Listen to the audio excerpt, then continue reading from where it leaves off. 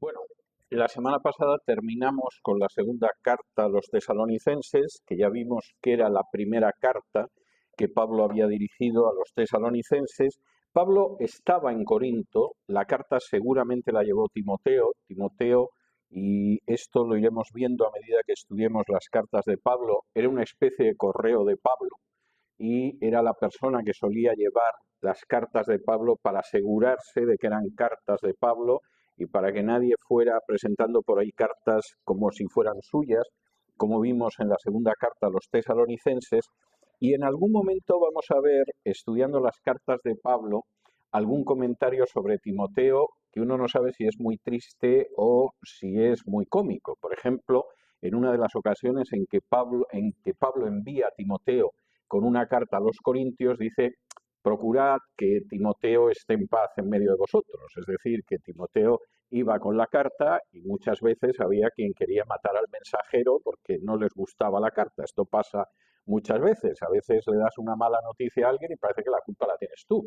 Y el pobre Timoteo, que se ocupaba, seguramente porque era más joven, de llevar las cartas, pues tuvo algunas experiencias que no eran buenas. De modo que Pablo envía a Timoteo y seguramente a la vuelta Timoteo le dice: oye, que los tesalonicenses siguen dándole vueltas a cosas sobre la segunda venida, Pablo, sería bueno que les mandes otra carta para terminar de aclarar las cosas, porque hay cosas que han quedado claras, pero hay otras que parece que no se enteran mucho. Lo de que el que no trabaje, que no coma, esto parece que lo tienen claro, pero ya otras cosas relacionadas con la parusía, con la segunda venida, no son tan claras.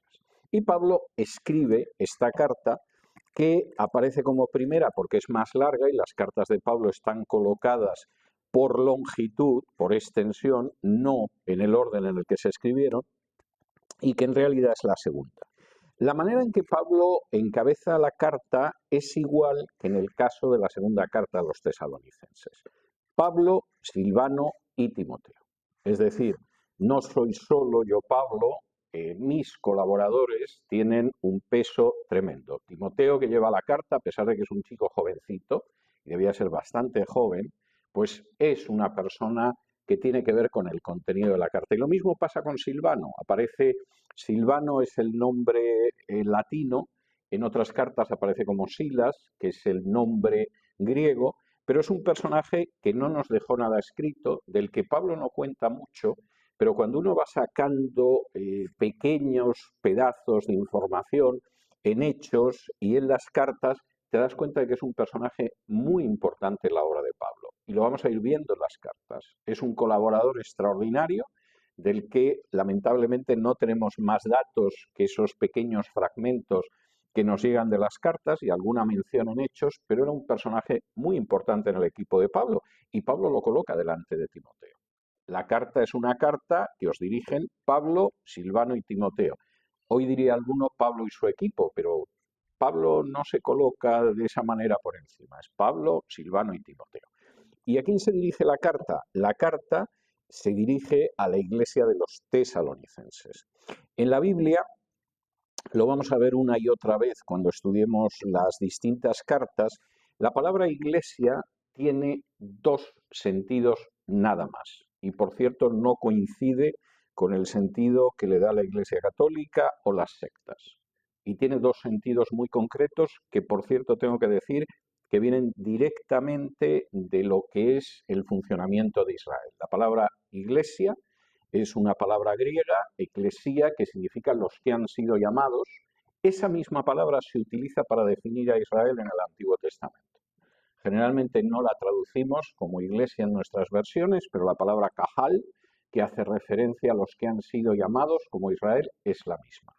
Para una persona del siglo I que conociera el hebreo y que conociera el griego, no había una diferencia entre el kahal Israel y la eclesía, porque en ambos casos se habla de una congregación a la que se ha llamado, de gente que sale donde estaba y que forma esa congregación. La iglesia en el Nuevo Testamento son dos cosas. O bien la iglesia universal, que está formada por todos los creyentes que han nacido de nuevo y cuya cabeza es Cristo, y cuando Pablo habla de que Cristo ama a su iglesia, está hablando de esa iglesia universal, o es la congregación local. No es otra cosa. Jamás es una jerarquía, jamás es una organización, jamás es, en fin, algún tipo de entidad religiosa. La Iglesia en un sentido universal son todos aquellos que han nacido de nuevo y han sido salvos a través de la fe en Jesús, o son una congregación local. Nunca es, por ejemplo, un local, nunca es, por ejemplo, un edificio. De hecho, la palabra iglesia para denominar un edificio no aparece hasta bien avanzado el siglo IV, porque incluso en el siglo IV los primeros edificios para que se reuniera una iglesia no eran llamados iglesia.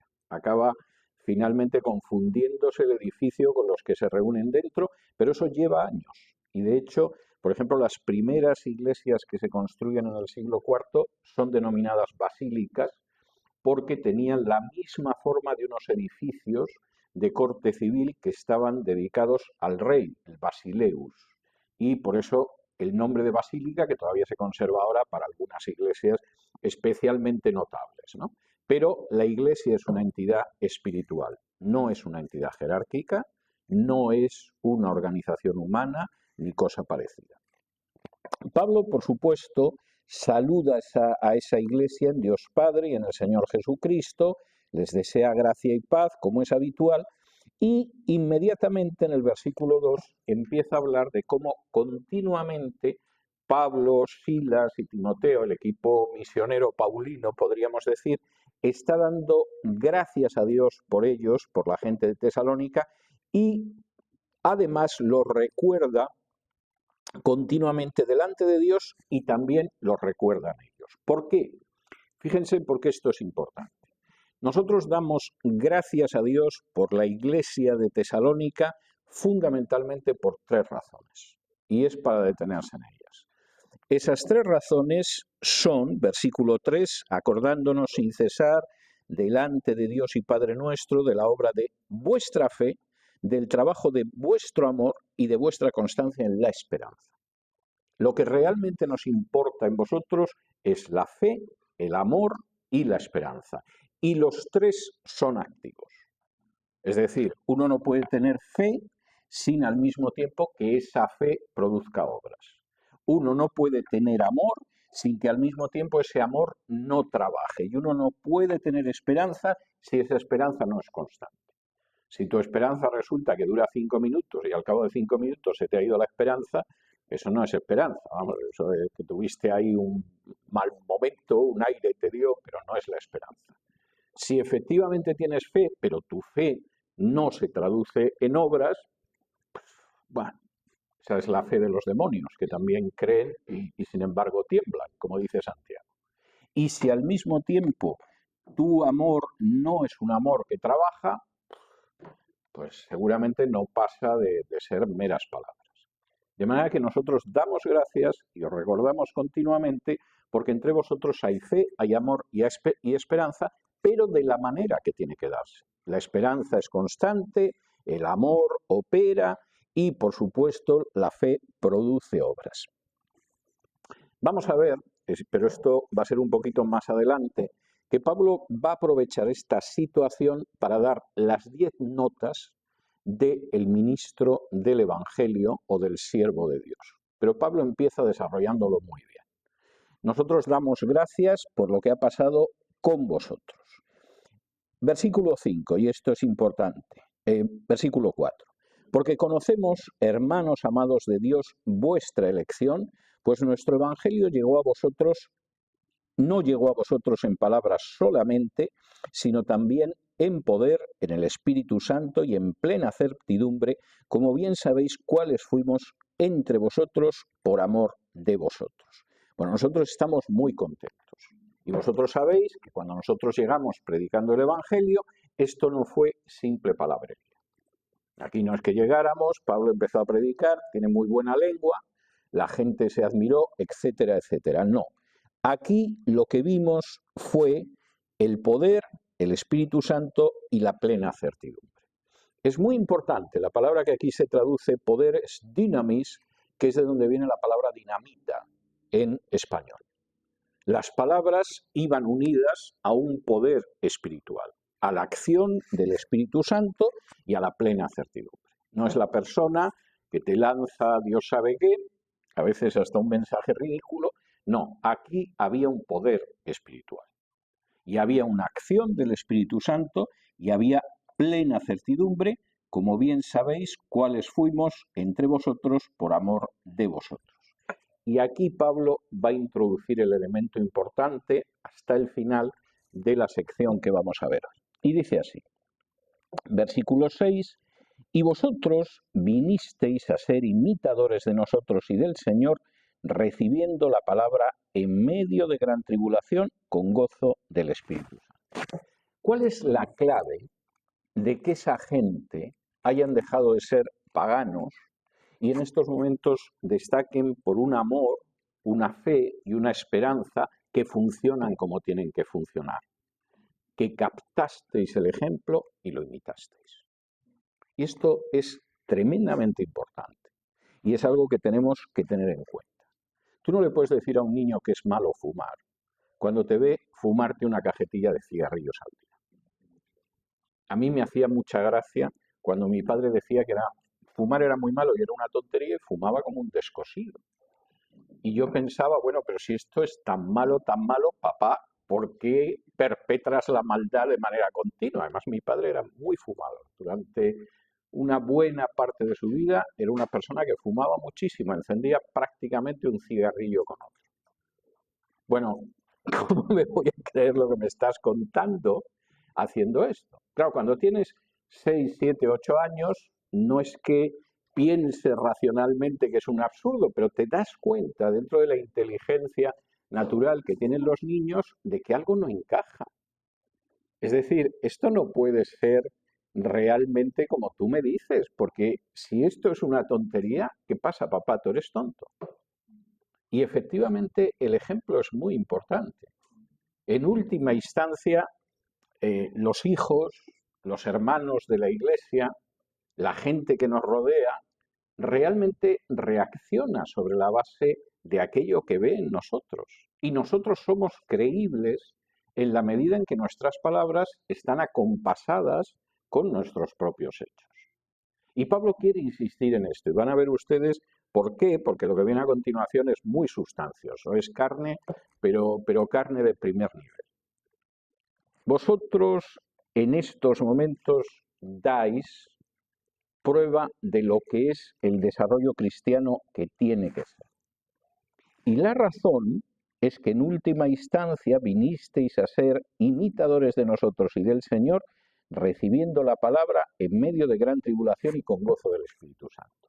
Aquí no llegó alguien que prometió a la gente que su cuenta corriente siempre iba a estar saneada y en números negros, que iba a poder cambiar de automóvil cuando quisiera, que nunca iba a pescar ni un mal resfriado y que no iba a tener ningún problema en la vida.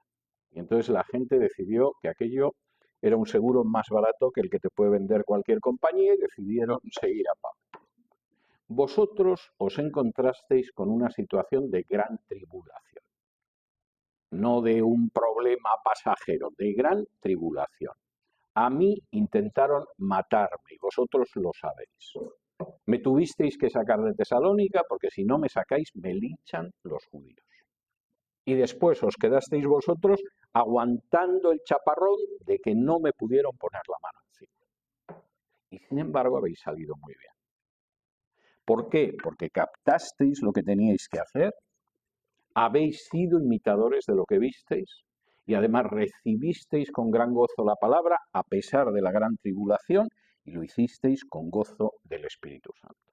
Y aquí hay una clave que Pablo va a desarrollar en el capítulo siguiente y que es muy importante.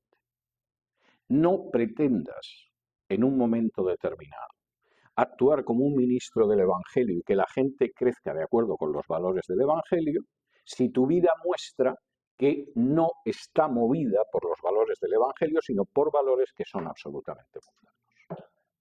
Y esto es muy claro, y hay gente que no lo quiere ver, o lo desprecia, o lo pasa por alto, pero Pablo es muy claro al respecto. Y además dice algo en los versículos siguientes que es muy importante. Como habéis imitado lo correcto, y ahora vivís una vida de amor, de fe, de esperanza, esto tiene fruto. Versículo del 7 en adelante. de tal manera que habéis sido ejemplo a todos los de Macedonia y de Acaya que han creído, porque partiendo de vosotros ha sido divulgada la palabra del Señor, no solo en Macedonia y Acaya, sino que también en todo lugar vuestra fe se ha extendido, de modo que nosotros no tenemos necesidad de hablar nada, porque ellos mismos cuentan de nosotros la manera en que nos recibisteis y cómo os convertisteis de los ídolos a Dios para servir al Dios vivo y verdadero y esperar de los cielos a su Hijo. Es muy importante lo que dice. Como esa es la vida que vosotros vivís y que ha nacido de observar un ejemplo de cómo hay que vivir la vida de Jesús, eso no se queda quieto. La gente que vive el Evangelio es como una mancha de aceite. Arroja una mancha de aceite encima de un pedazo de tela y a ver si la puedes parar.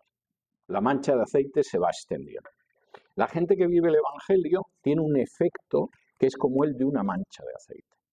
Nosotros no tenemos que decir a la gente cómo se comporta la gente de Tesalónica, porque en Macedonia y Acaya, que son las dos regiones de Grecia, alrededor, lo sabe todo el mundo. El Evangelio se ha extendido no por nosotros, no por Pablo, Silas y Timoteo, se ha extendido por vosotros. Vosotros sois los que habéis extendido el Evangelio ahí en medio de una gran tribulación, pero con el gozo del Espíritu. Y lo habéis extendido de tal manera que, como dice Pablo, es que no tenemos que contar lo que sois vosotros. Es que la gente dice, no, pero si a la gente de Salónica ya la conocemos. Si el Evangelio lo hemos conocido gracias a ellos.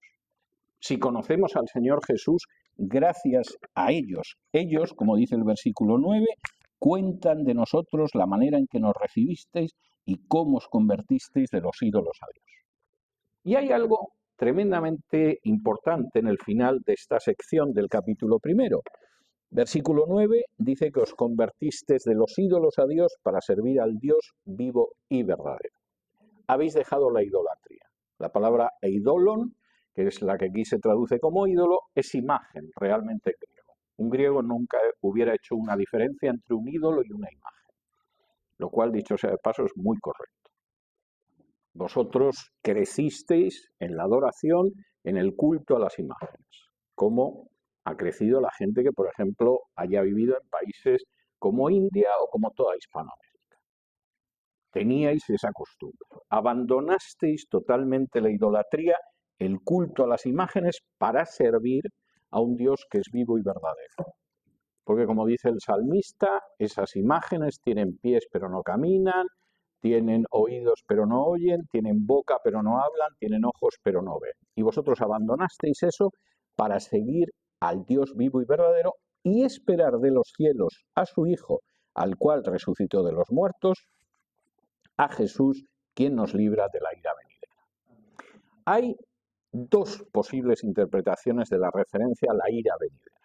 Por supuesto, una referencia puede ser al hecho de que cuando se produzca la segunda venida de Cristo y caiga la ira de Dios sobre aquellos que no han creído en Jesús, evidentemente los que han creído en Jesús no van a sufrir la ira de Dios. La ira venidera sería algo lejano.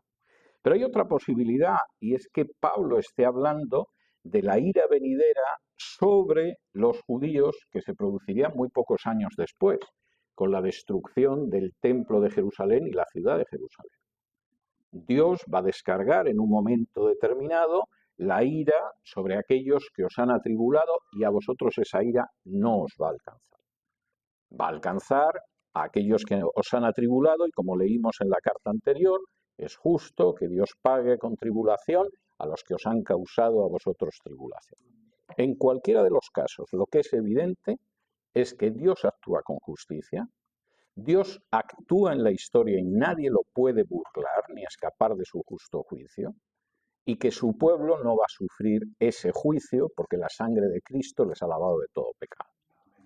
Ahora, cuando llega a este punto, Pablo, y es muy importante, aparece lo que yo denominaría las 10 características de un siervo de Dios. Y esto es importante, de modo que los que tomen nota las voy a ir señalando con número para que vean las que es, porque aquí Pablo llega al momento en el que empieza a decir, ojo, habéis sido imitadores de una serie de cosas que no perdáis de vista, porque estamos hablando de 10 características del siervo de Dios. Dice capítulo 2 y versículo del 1 en adelante. Porque vosotros mismos sabéis, hermanos, que nuestra visita a vosotros no resultó vana, pues habiendo antes padecido y siendo ultrajados en Filipos, como sabéis, tuvimos de nuevo en nuestro Dios para anunciaros el Evangelio de Dios en medio de gran oposición. Vosotros sabéis, queridos hermanos de Tesalónica, que Tesalónica no es el único sitio donde tuvimos problemas. Cuando nosotros llegamos a Tesalónica, lo vimos al estudiar el libro de los Hechos, ya habíamos pasado las de Caín en Filipos. Llegamos a Tesalónica huyendo de Filipos. Podíais habernos rechazado, porque claro, la idea es, si a estos les han perseguido en un sitio, debe ser gente poco recomendable, a la gente no se la persigue porque sí. Pero la gente de Tesalónica no era estúpida. Sabe que hay gente a la que se persigue con justicia y sabe que hay gente a la que se persigue a causa de la justicia, como dice Jesús al inicio del Sermón del Monte, los perseguidos por causa de la justicia. Y Pablo y sus colaboradores eran perseguidos por causa de la justicia del Evangelio y llegaron allí y de todas formas, como dice el versículo 2, tuvimos denuedo para anunciaros el Evangelio de Dios en medio de gran oposición. Nosotros no nos arrugábamos, ni nos amedrentábamos, ni nos asustábamos por la oposición. Si no hay oposición, gloria a Dios. Y si la hay, de todas formas, vamos a seguir predicando denonadamente, con denuedo. ¿Y cómo predicamos? 10 notas. Primero, nuestra predicación es una predicación que excluye conductas inadecuadas, como puede ser predicar el error o utilizar el engaño. Versículo 3. Porque nuestra exhortación no procedió de error, ni de impureza, ni fue por engaño. Primero, cuando nosotros predicamos el Evangelio, ni predicamos errores, ni engañamos a la gente. Uno diría, esto es lo normal. Es lo normal, pero métete en YouTube a ver ciertas predicaciones y vas a ver que son exactamente lo contrario a lo que dice Pablo. Nosotros, cuando predicamos, no predicamos doctrinas falsas, no predicamos el error y no engañamos a la gente. Somos bastante claros en cuanto a lo que predicamos y nuestra predicación no es engañar a la gente. Eso puede ser Amway o cualquier sistema piramidal de estafa, pero no es como nosotros predicamos. Segundo, nosotros buscamos agradar a Dios y no a los hombres. Versículo 4. Sino que según fuimos aprobados por Dios para que se nos confiase el Evangelio, así hablamos no como para agradar a los hombres, sino a Dios. Nuestro mensaje puede gustar o no gustar. Puede llevar al arrepentimiento, a la irritación, pero no busca agradar a los hombres, sino a Dios. John Wesley, que fue un gran predicador del siglo XVIII, con una historia muy interesante, y que en un momento determinado provocó un avivamiento a ambos lados del Atlántico, en lo que ahora es Estados Unidos e Inglaterra, cuando tenía que probar a un nuevo predicador y lo enviaba a evangelizar a un sitio, cuando volvía le hacía 2 preguntas. La primera es, ¿se convirtió alguien?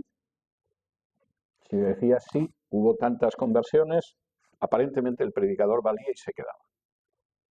Y si le decía, pues no se ha convertido nadie, la segunda pregunta era, ¿se enfadó alguien?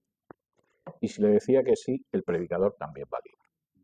Nunca sabemos dónde vamos a arrojar la semilla, pero lo que no puede haber es indiferencia. Y Pablo, en este sentido, lo tiene enormemente claro. Nosotros predicamos para agradar a Dios y no a los hombres. Y una de las grandes desgracias del pueblo de Dios hoy en día es que el pastor muchas veces tiene que predicar para agradar a la gente, porque si no la gente se va a otro sitio que sea más divertido. Como si esto fuera la competencia del club de la comedia. No lo es.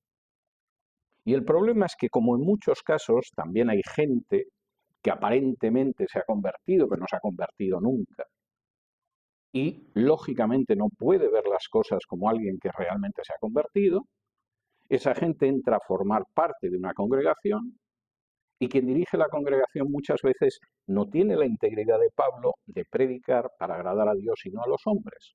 Procura agradar a los hombres. Y su nivel cada vez espiritualmente baja más.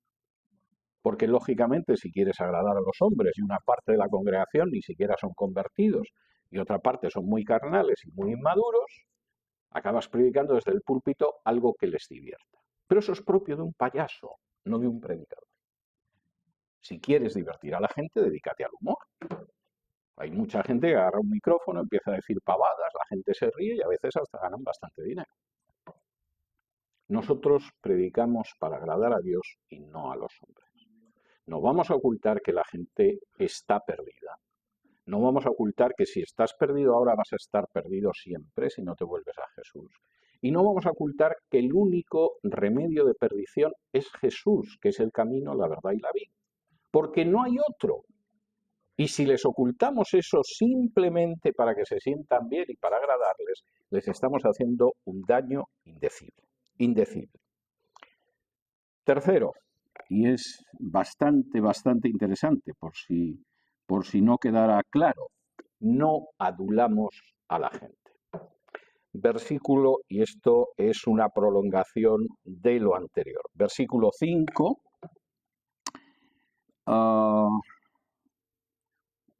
Porque nunca usamos de palabras lisonjeras.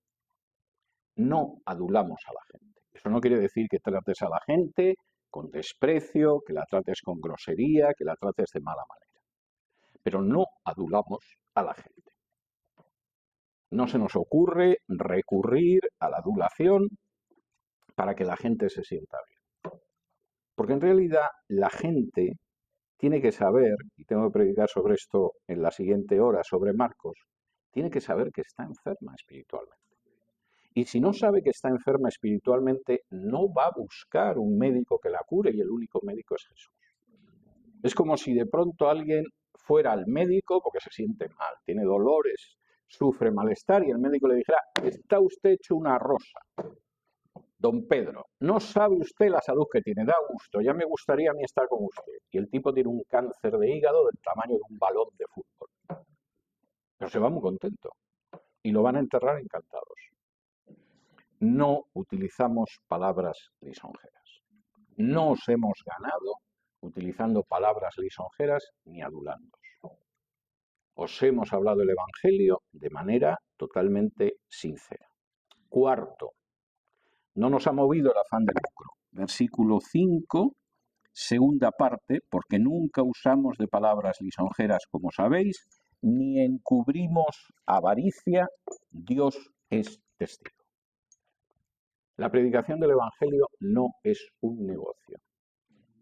Y si alguien pretenda convertirla en un negocio, está incurriendo en un gravísimo pecado.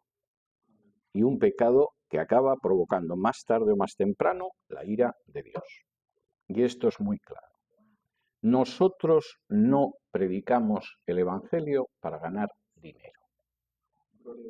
Y es muy claro en este sentido Pablo. Nunca encubrimos una cosa así. Es muy interesante el verbo que utiliza Pablo, porque podía haber dicho albergamos, pero dice encubrimos. ¿Por qué? Hombre, porque el que te quiere vaciar los bolsillos no te dice que te quiere vaciar los bolsillos. El que te quiere vaciar los bolsillos te cuenta otra cosa, te ofrece algo a cambio.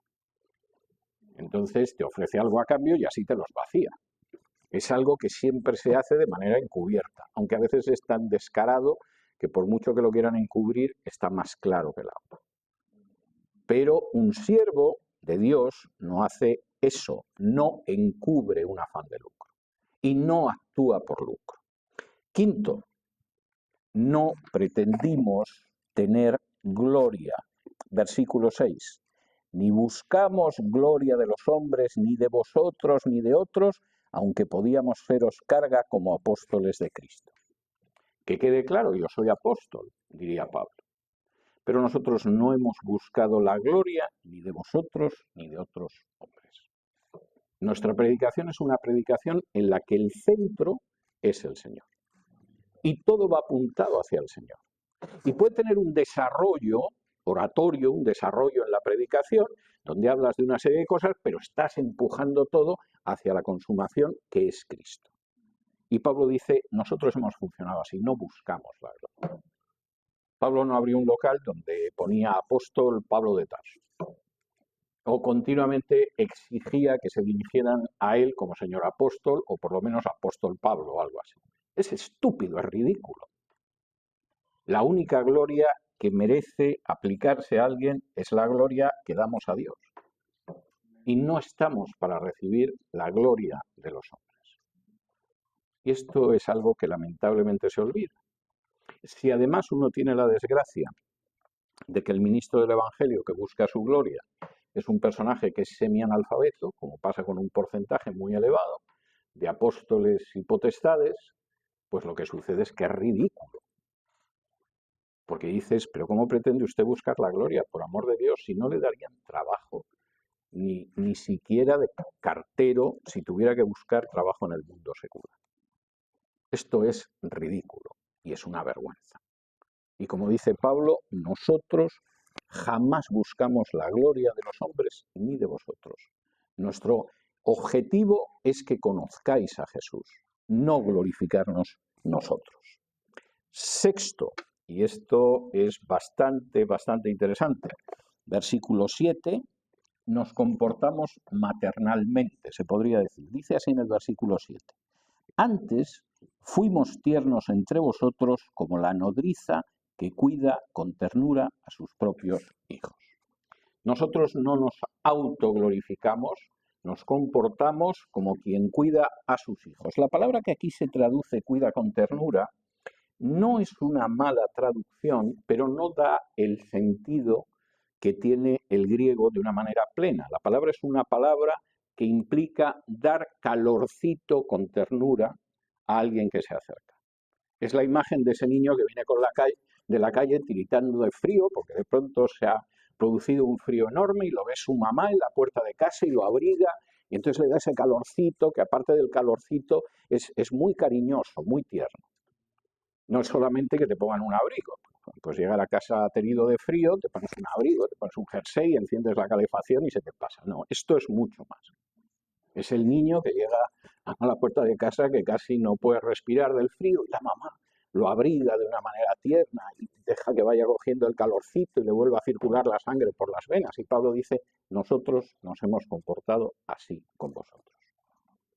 Vosotros veníais de un mundo que efectivamente no es un mundo donde la ternura sea lo que uno encuentra más cuando sale de la puerta de casa, y nosotros con vosotros nos hemos comportado con ternura. No os hemos adulado, no os hemos dicho cosas que no son, pero os hemos tratado con ternura, aunque quizá no seáis conscientes de ello. A veces cuando al niño la mamá le pone prendas de abrigo, lo último que piensa el niño es que le están tratando con ternura. A mí me ponían un gorro espantoso cuando hacía frío y yo era niño. Era un gorro horrible que me picaban tremendamente las orejas y además a veces se me bajaba sobre los ojos. Para mí era un tormento aquello. He necesitado décadas para darme cuenta de que era una muestra de amor y ternura, porque yo no lo vivía así. Pero evidentemente es lo que está diciendo aquí Pablo. Nosotros os hemos tratado con esa ternura. Y a veces es una ternura que no se aprecia, porque pica la lana. Pero es una ternura tan buena como la de esa nodriza que está dándole calorcito a sus propios hijos. Es muy importante, fíjense la imagen que usa Pablo. La nodriza no que da de mamar a otros niños, sino a sus propios hijos. La nodriza podía ser contratada para dar de mamar a otros niños. Yo he conocido todavía cuando era niño señoras que daban de mamar a otros niños porque no había leches artificiales y porque su mamá no tenía leche para darle el pecho. Y entonces contrataban a la nodriza, que era una señora que tenía unos pechos enormes siempre, y les daba de mamar. Y eso era común en la época de Pablo. Yo lo he llegado a conocer en mi infancia. Y Pablo dice, no es como la nodriza que da leche, es como la nodriza que trata a sus hijos. Y evidentemente una nodriza que trata a sus hijos no trataba igual a sus hijos que a los otros, aunque se llevaran la misma leche. Y es algo muy importante la imagen que utiliza Pablo. Es enormemente importante. Séptimo, no fuimos gravosos. Y esto de nuevo es algo típico en Pablo. Versículo 9.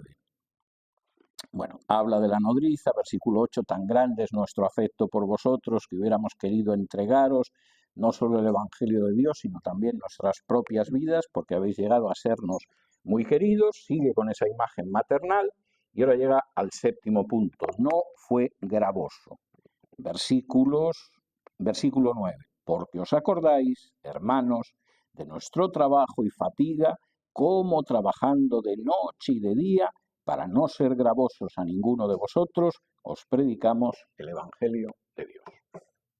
Hay que trabajar muchas horas si quieres mantenerte con tu trabajo y al mismo tiempo atender a una congregación. Y seguramente es una de las razones por las que en el Nuevo Testamento jamás aparece un pastor monárquico solo, siempre aparece un consejo de ancianos. La gente podía trabajar en las cosas más diversas, pero eso permitía que las cargas del gobierno, de guiar a la congregación, se pudieran repartir de una manera bastante aceptable, bastante llevable. Pero cuando llegaron Pablo, Silas y Timoteo, no había muchas posibilidades, por mucho que le ayudaran Silas y Timoteo. ¿Y qué fue lo que vieron los tesalonicenses? Aparte de que no abrigaba ni encubría afán de lucro, que trabajaban noche y día para no ser gravosos a ninguno de vosotros. Nosotros no pensamos en montar una congregación que inmediatamente tuviera 10 familias, que si cada una da el diezmo ya nos han solucionado la vida, como me ha tocado ver en no pocas ciudades de este mundo. Nosotros os predicamos el Evangelio y sabíamos que teníamos que daros el ejemplo de no ser gravosos. Eso significaba que trabajábamos por el día y por la noche.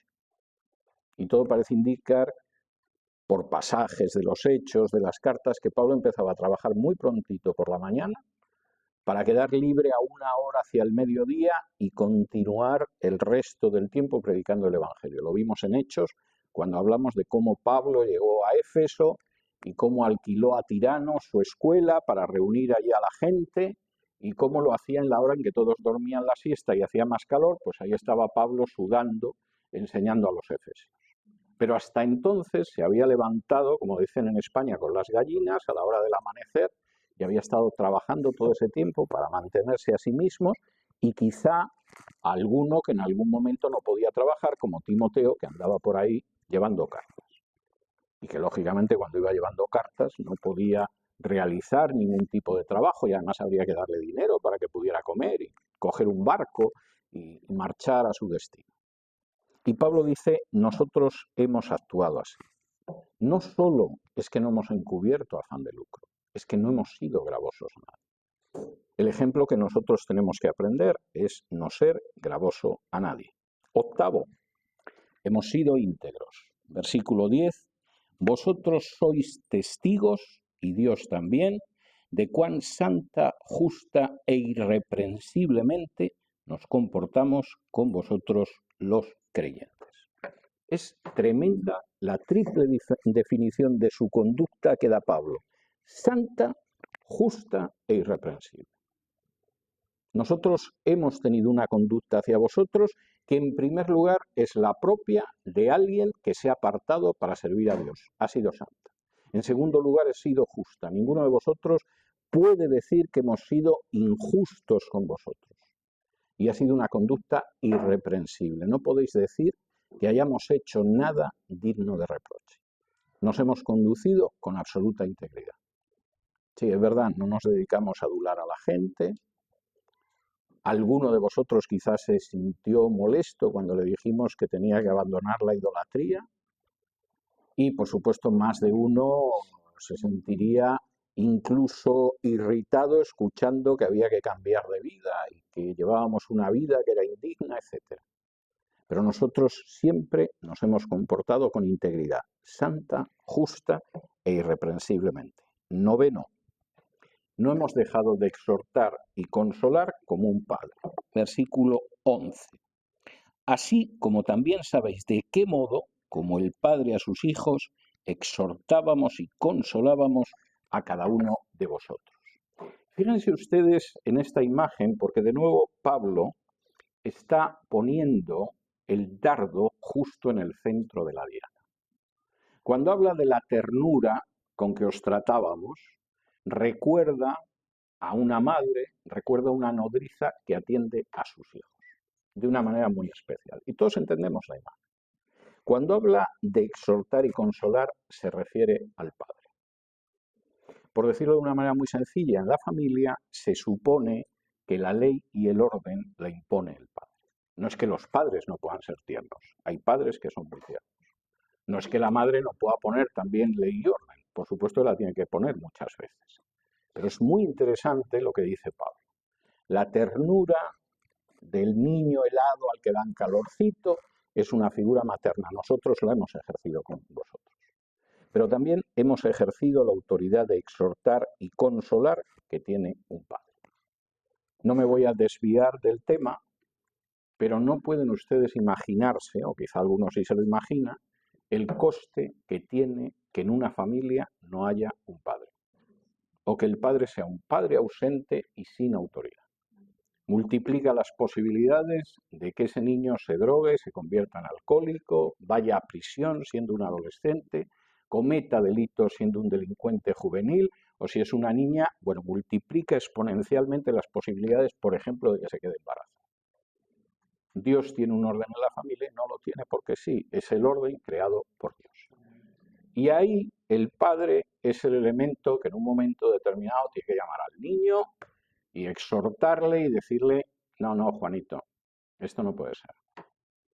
Y también es el que da la imagen de fortaleza y en un momento determinado dice, no, no, Juanito, no te preocupes, vas a salir adelante. Vas a salir adelante. Y, por supuesto, da una imagen mayor. A veces, por desgracia, hay familias donde falta el padre y la madre. O la madre o los dos. Y a veces la madre tiene que hacer de mamá y de papá. O el papá de papá y de mamá. Bien, eso es así. Pero el orden de Dios es el que es. Y el padre es el que finalmente le tiene que decir al niño, no. Por ahí no sigas, porque como sigas por ahí vas a acabar muy mal. O es el que tiene que decirle al niño, no, no, no te quiebres, no te rindas, no te asustes, tú puedes. Te lo dice papá. Y Pablo dice, eso es lo que nosotros hemos hecho. Nos hemos comportado como la nodriza tierna que trata mucho mejor a sus hijos que a los otros niños a los que da de mamar. Y nos hemos comportado también como el padre que dice, no, eso no puede ser. Y que al mismo tiempo ha dicho, no os preocupéis, aunque estéis sufriendo una gran tribulación, el Señor os va a amparar y os va a fortalecer y vais a pasar por esto. Y esa es la novena, décima característica de Pablo. El ministro del Evangelio, versículo 12, es alguien que insiste en que los creyentes anden de manera digna de hijos de Dios. Versículo 12, y os encargábamos que anduvieseis como es digno de Dios, que os llamó a su reino y gloria. Hay una herejía muy común, la llamo herejía, pero es que es hasta peor, porque es una cosa estúpida. Hay herejías que por lo menos están elaboradas. Y uno dice, ese día el diablo se ve que tenía ganas de hacer las cosas bien y, en fin, elaboró bien la herejía, pero hay otras enseñanzas falsas que hay que ser idiota para creérselas. Y una de ellas es la que pretende que Dios es una especie de abuelo estúpido que nos concede todo tipo de caprichos. Basta con que los confesemos, los reclamemos, insistamos, pronunciemos la fórmula mágica y entonces Dios, que no quiere que maduremos espiritualmente, ni que nos acerquemos a la figura de Jesús, ni que crezcamos, lo que Dios quiere es que estemos contentos y divertidos, como si fuéramos unos nietos insoportables al lado de unos abuelitos bobos, nos concede todo. Y esa se supone que es la idea. Es decir, ahí hay, nada, hacemos lo que queremos, proclamamos, reclamamos. Yo recuerdo, antes de llegar la crisis económica del 2008, haber visto a pobres infelices que creían en esto, que querían comprarse, por ejemplo, casas que iban mucho más allá de su capacidad de compra. Y en vez de ahorrar o reajustar la casa que querían, llegaban ante una casa, le imponían las manos a la casa y la reclamaban para ellos y confesaban que la casa es suya. Perdieron todas las casas en el año 2008. Pero ¿por qué pensaban que Dios iba a atender algo en lo que no habían buscado la voluntad de Dios, sino solo la suya? ¿Por qué? Y aquí lo que dice Pablo es tremendo. Es que Dios no nos ha llamado a eso jamás. Dios nos ha llamado a andar de la manera que es digna de Dios, por una razón, porque nos ha llamado a su reino y a su gloria. Bueno, pues si nos ha llamado a su reino, eso significa, como dice un falso maestro centroamericano, que somos Jehová Junior, y entonces el Junior se supone que hace lo que quiere. O sea, ese niño malcriado que es hijo de la familia Rockefeller o cualquiera de estas, y puede hacer lo que quiera con el dinero, y siempre con automóviles descapotables y con rubias despampanantes, se supone que es lo que Dios espera de nosotros. No. Precisamente porque nosotros estamos llamados a su reino y a su gloria, tenemos que andar dignamente a imagen del que es rey en ese reino. No es la idea de, es que son todos ustedes multimillonarios y como además de multimillonarios son imbéciles, dedíquense a vivir solo para eso, como esos hijos estúpidos que acaban dilapidando la fortuna que ganó el padre o el abuelo, que a veces los hay. No. Nosotros os hemos insistido, os hemos encargado que caminéis de la manera que es digna de Dios, que os ha llamado a su reino y a su gloria. Y precisamente porque os ha llamado a su reino y a su gloria, tenéis que caminar a la manera de Jesús. Había un predicador anabautista del siglo XVI, por supuesto perseguido a muerte y con una recompensa sobre su cabeza, se llamaba Hans Denk, y que decía, nadie puede decir que es cristiano si no anda como Cristo. Ahora, es obvio que ninguno de nosotros vamos a llegar a la altura de Cristo en esta vida, y que por supuesto somos pecadores, y que la carne tiene un peso sobre nosotros. Pero vamos a ir caminando por esa senda. Vamos a intentar ser como Cristo, no como niños malcriados que pretenden que como no tienen un padre millonario, como su padre es Dios, les va a cubrir las deudas de juego. No es a lo que estamos llamados. Ahora, estos 10 puntos de Pablo, en el que Pablo empieza diciendo, funcionáis bien, no tenemos que hablar de vosotros, os conocen en Acaya y en Macedonia, es extraordinario lo que habéis hecho, habéis pasado por una gran tribulación, ya queda en el pasado, pero habéis pasado con ella, incluso con gozo, y esto viene de que nos habéis imitado. Es auténticamente un decálogo de lo que es o no es un verdadero siervo de Dios. Y evidentemente un personaje, por mucho que diga que es apóstol, que es pastor, o que es autoridades o potestades, si predica doctrinas falsas y enseñanzas falsas, no es un ministro de Dios. Y si en un momento determinado lo que busca es agradar a los hombres por encima de Dios, no es un ministro de Dios. Y si se dedica a adular a la gente, porque así tiene más gente a la que le pueda sacar el dinero, no es un ministro de Dios. Y si fundamentalmente se mueve por afán de lucro y tiene una especial creatividad para sacarle el dinero a la gente de los bolsillos, no es un ministro de Dios. Y si busca su gloria por delante de la gloria de Dios, no es un ministro de Dios.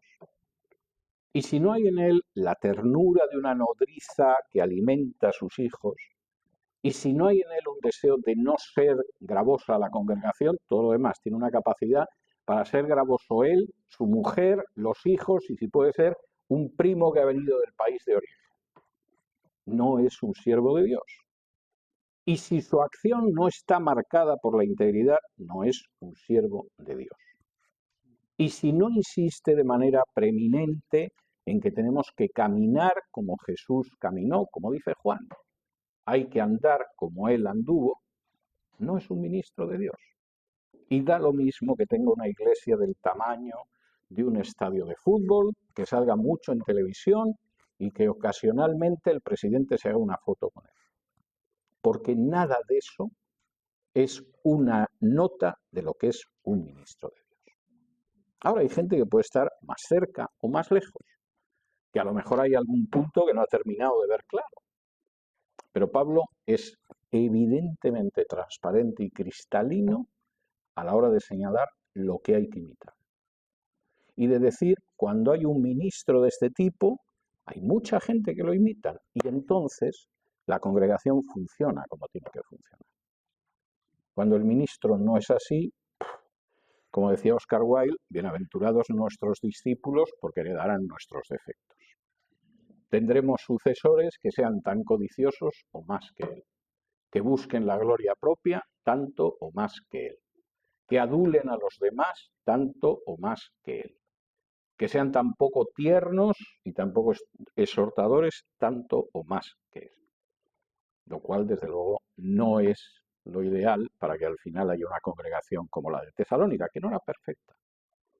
Lo vimos en los estudios anteriores, lo vamos a ver en las próximas semanas, pero que sí destacaban en operar la fe, el amor, la esperanza y en llevar el Evangelio hasta otras regiones. ¿Tienen alguna pregunta? Creo que nos quedan como 5 minutos, si hay alguna pregunta.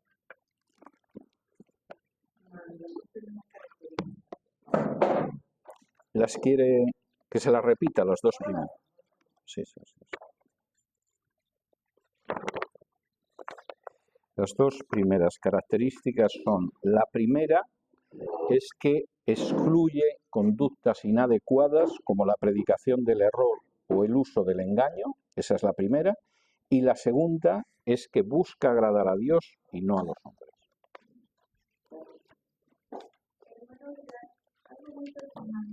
¿Hasta qué punto consideramos tan mal que la base de la glorificar a Dios antes de dar a los hombres? Pero ¿hasta qué punto nos veríamos tan malos y cansados por las personas cuando en lo personal me han invitado a ir a la iglesia de apóstoles, de profetas, y realmente no termino de entrar en todos esos títulos? Y el hecho de decirle a la persona tal vez que me ha invitado que tengo mis convicciones de que la profecía ya se cumplió en Cristo Jesús y que él el punto a seguir y no buscar que me den profecía porque me dicen no tenés problemas, allá te van profetas, te van a dar profecías a seguir. Entonces, ¿hasta qué punto uno como hijo de Dios enfatizar y exhortar para no hacer tanto daño tal vez a la congregación? ¿Hasta qué punto podríamos? Te voy a contar dos experiencias personales, quizá te ayuden, quizá no, pero te voy a contar dos experiencias personales con esto. Hace cosa de 10 años, un profeta pasó por una congregación en Madrid y a una muchacha que estaba enamorada de mí, esto quiere decir que hay locas también en este mundo, en las congregaciones, le profetizó que lo que ella deseaba, no le dijo que era lo que ella deseaba, ¿no? Pero se acercó y entonces le dice, bueno, lo que tú deseas el Señor te lo va a cumplir, etc. La otra se puso tan contenta y me estuvo acosando durante una década, lo cual reconoce que tenía mucha paciencia y mucha fe en el profeta, porque durante una década creo que nos vimos una vez antes de que yo me marchara de España para tomar un café, una vez. Debí de impresionarla mucho, porque si no, esto no tiene explicación. Una vez. Y me estuvo persiguiendo una década porque un majadero que dice que es un profeta le dijo eso. Que además se lo puedes decir a cualquiera, porque claro, yo ahora mismo me puedo poner aquí a imponer manos y a decir lo que tú piensas y a lo mejor acierto en algún caso, ¿no? Porque a lo mejor alguien aquí se ha presentado para un empleo y quiere que le den el empleo y se lo dan, ¿no? Y dice, no, ya me lo dijo el profeta Vidal. Pura casualidad. Esto es como aquel gorila que había en este país, que le daban unas bolas de distinto color para pronosticar los resultados del fútbol. Y el gorila acertaba más que los comentaristas profesionales, pero evidentemente no es porque supiera mucho de fútbol ni tuviera talento, era pura casualidad, pero acertaba más que los comentaristas profesionales. O sea, el gorila era prodigioso, profeta seguramente a la altura de estos profetas. Entonces, esta es una anécdota sobre el daño que puedes hacer a una persona, porque esa persona se cree eso. Segunda historia. ¿Qué haces si te invitan a una iglesia donde está uno de estos profetas? Yo examino cada caso. Es decir, por ejemplo, a mí me invitó un personaje del que no tengo la menor duda de que es un falso maestro, aunque se ha hecho multimillonario, en un momento en que estaba saliendo a la luz sus posibles conexiones con una de las reinas del narcotráfico. Entonces esto había salido en algún reportaje y entonces había empezado a perder miembros en la iglesia. No la mayoría, ni mucho menos, pero había gente que se había marchado. Y estaba intentando recomponer su imagen. Entonces, no de manera directa, sino a través de uno de los esbirros más cercanos, se puso en contacto conmigo haciéndome una muy buena oferta económica para ir a predicar a su iglesia. Y le dije que no. Y entonces lo intentó a través de otra persona más cercana a mí. Y le dije, mira, si me hubiera invitado en otro momento y me deja predicar, seguramente no me vuelve a invitar otra vez, pero por lo menos su congregación habría escuchado algo sensato relacionado con el Evangelio. Pero él quiere que yo vaya ahora para poder decir, si viene el doctor Vidal a respaldarme, es que soy inocente, etcétera, etcétera. Yo no voy a hacer eso. Entonces, hay ocasiones en que digo que no y hay otras ocasiones en que digo que sí. Voy a contar una vez que dije que sí. Me invita un apóstol y mi hija y una amiga suya que estaba pasando unos días con nosotros vino al culto. Un culto pentecostal más o menos normal. La gente gritando, mucha alabanza, más o menos lo habitual. Y antes de entregarme la palabra para que yo subiera al púlpito, el apóstol se pone de pie y dice que necesitaba para el lunes siguiente, o sea, más o menos en 24 horas, necesitaba $100.000. Y como necesitaba $100.000, ¿quién da $10.000?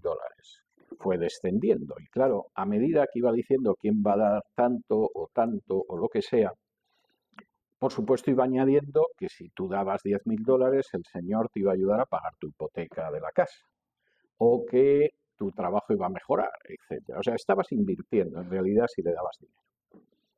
Yo estaba aguantando aquello con una vergüenza terrible, vergüenza ajena, no por mí. Y de pronto oigo a mi hija que le dice a su amiga, dice, ¿estás viendo a este? Dice, ahora va a subir mi padre y va a predicar contra la codicia. Y yo en ese momento pensé, que tu hija te conozca también es un poco peligroso. Entonces yo subí y estuve predicando sobre la parte del Sermón del Monte donde habla de no estar con ansiedad ni con afán por el dinero, que eso es típico de la gente que es pagana y que nosotros sabemos que Dios nos mantiene. Incluso nos dice que nos detengamos un momento y que veamos las flores y que veamos a los pájaros, porque eso nos va a ayudar a pensar. La gente te quiere sacar el dinero a empujones, pero si tú te paras y piensas, te das cuenta de que las cosas no son así y que lo que hay que hacer es buscar en primer lugar el reino de Dios y su justicia, y Dios dará todo por añadidura. Cuando empecé a predicar, la cara de la gente era de una sorpresa absoluta con lo que estaban oyendo. Yo creo que en ese momento aterriza un platillo volante y salen unos hombrecillos de verde con antenas en la cabeza y no se hubieran sorprendido tanto. No se podían creer lo que estaban escuchando. Pero a medida que avanzaba la predicación, se les veía una cara de alivio. O sea, era como si yo fuera el alcaide de una prisión y hubiera reunido a todos los presos en el patio y les hubiera dicho, hay un indulto general y se van ustedes ahora a la calle. La misma sensación. Y cuando yo acabé, la gente estaba llorando. No me han vuelto a invitar. Pero yo creo que uno tiene que aprovechar aquellas situaciones en que el Señor te permite y te da el privilegio de poder anunciar algo que puede tener malas consecuencias para ti. Es decir, cuando el Señor le dijo a Jeremías, colócate en la puerta del templo Y a todos los que entren en el templo les dices que este templo va a ser destruido. No me extraña que Jeremías tuviera las depresiones que tenía, porque es lógico. Hay que hacerlo. Y a veces, efectivamente, es decir, mire, me importa un pimiento que me pague el viaje, me lleve a un hotel de 5 estrellas y luego me dé una ofrenda extraordinaria, pues no voy a ir. Usted está pretendiendo utilizarme a mí para cubrir cosas suyas que son vergonzosas. Y hay otras veces que por el contrario, es decir, no me va a volver a invitar usted más, pero no se le va a olvidar esta predicación y a la gente de su congregación tampoco. Y creo que en esos casos hay que buscar la dirección del Señor para ver exactamente lo que haces. Bueno, muchísimas gracias. Nos vemos ahora.